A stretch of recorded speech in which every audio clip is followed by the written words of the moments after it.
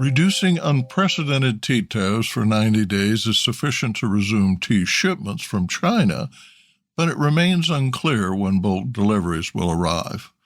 U.S. Trade Representative Jamieson Greer announced on May 12th that the U.S. tariff on Chinese goods would be reduced by 115% to 30%.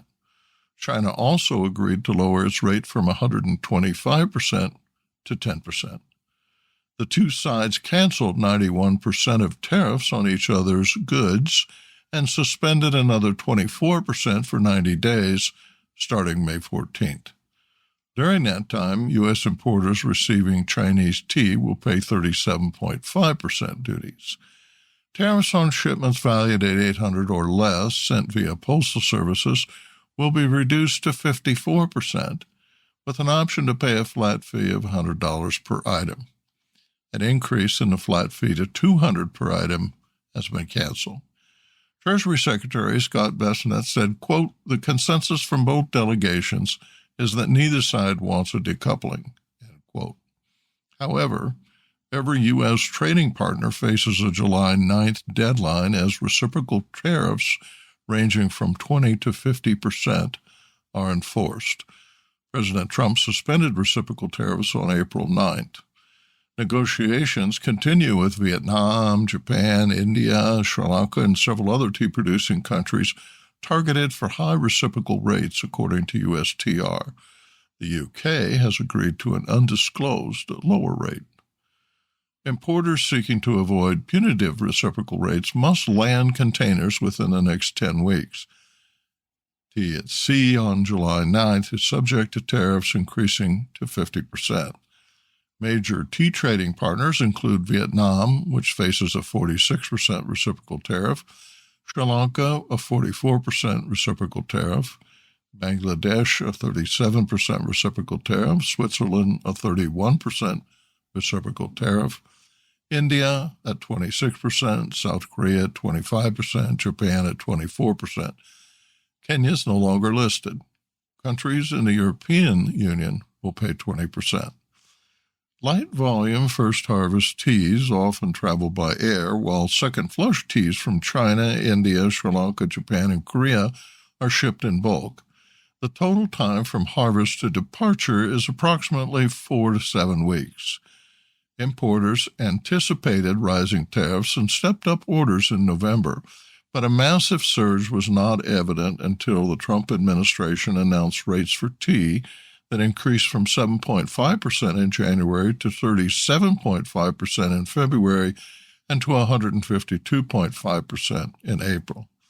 First quarter totals compiled for USDA's GATS data set indicate that the total volume of tea imported from China increased by 55.6% compared to the same period in 2024. The average price for imports declined by 22.3% to $4.28 per kilo, primarily because most of the tea in stock was harvested in 2024. The tea that was most in demand was Chinese green tea.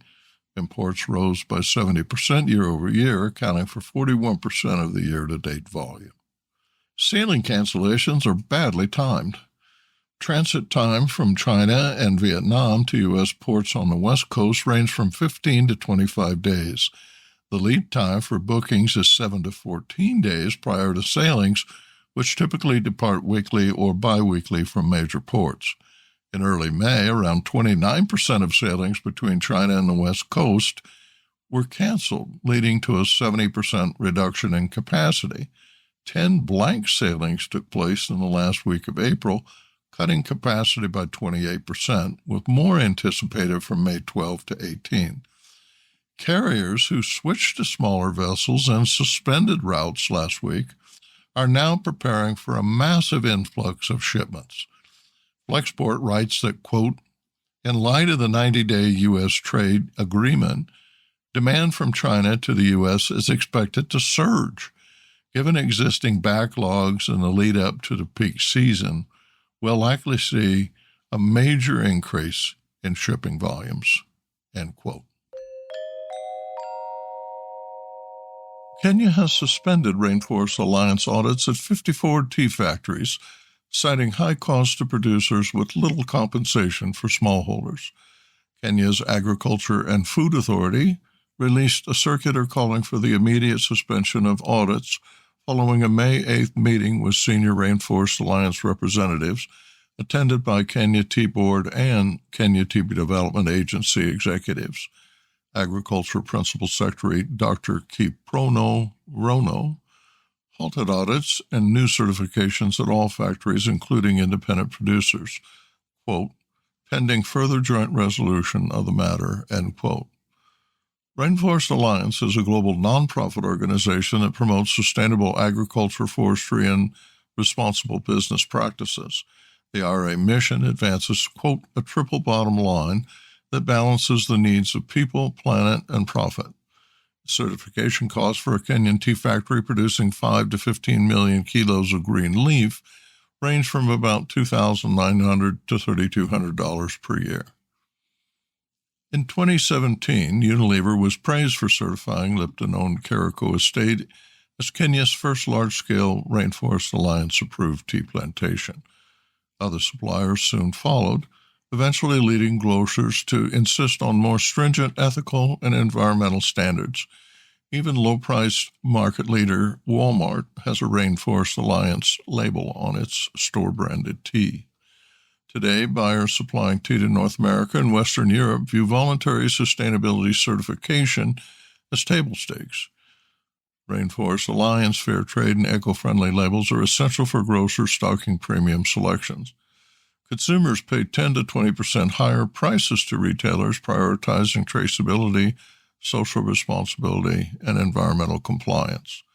Quote, however, the reality is more complex, end quote, writes Kenyan tea marketer and trader Christine Simon. Quote, industry insiders have noted that some buyers in these very markets often demand certified tea at the lowest possible prices, rarely offering a premium that reflects the actual cost of compliance. This contradiction puts producers in a bind. They are expected to meet rigorous sustainability standards, but are not adequately compensated for doing so. End quote. Kenya is evaluating the feasibility of certification by a local nonprofit with lower compliance costs, like Trustee, India's Sustainable Tea Foundation's program.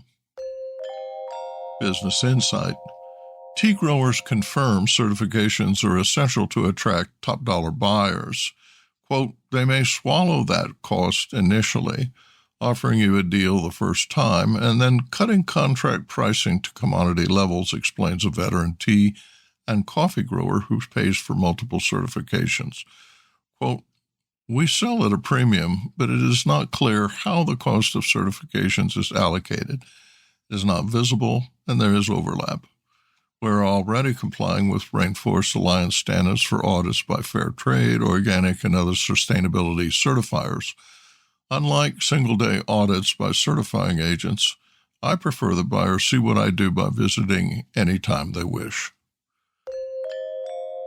A two-day conclave hosted by the Indian Chamber of Commerce of North Bengal to promote tea to India's youth brought together industry leaders, innovators, and change-makers nationwide to reimagine tea as a next-generation consumer and lifestyle product.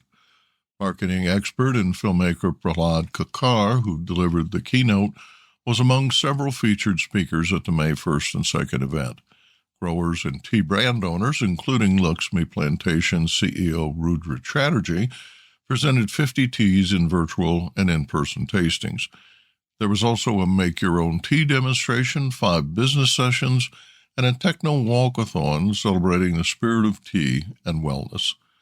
Quote, Prahlad Kakar's session was a standout. Sharp, nostalgic, and full of perspective, it took us back to the roots of storytelling and why brand thinking matters, writes the ICC Secretariat in a Facebook post. Quote, it feels like we've created something that will be remembered for a while. Umang Mittal, the chairman of ICC North Bengal, said, quote, ICC has been positioning North Bengal as a vibrant business hub. It has hosted events for collaboration, innovation, and new sector opportunities. The Tea Conclave was an effort to bring the tea industry closer to youth, new markets, and future-ready thinking, end quote. Gopal Damia, chairman of the ICC's Tea Committee, told The Telegraph that annual per capita tea consumption in India is around 780 grams, lower than in many tea-producing countries, signaling an opportunity to increase domestic consumption. Quote, the conclave was designed to celebrate the diversity, health benefits, and innovation that tea now stands for, he said. Bijoy Gopal Chakraborty, president of the Confederation of Indian Small Tea Growers Associations, has said conclaves are necessary to explore how we can have more tea drinkers in our country. Quote, many don't even know the origin of the tea that they have.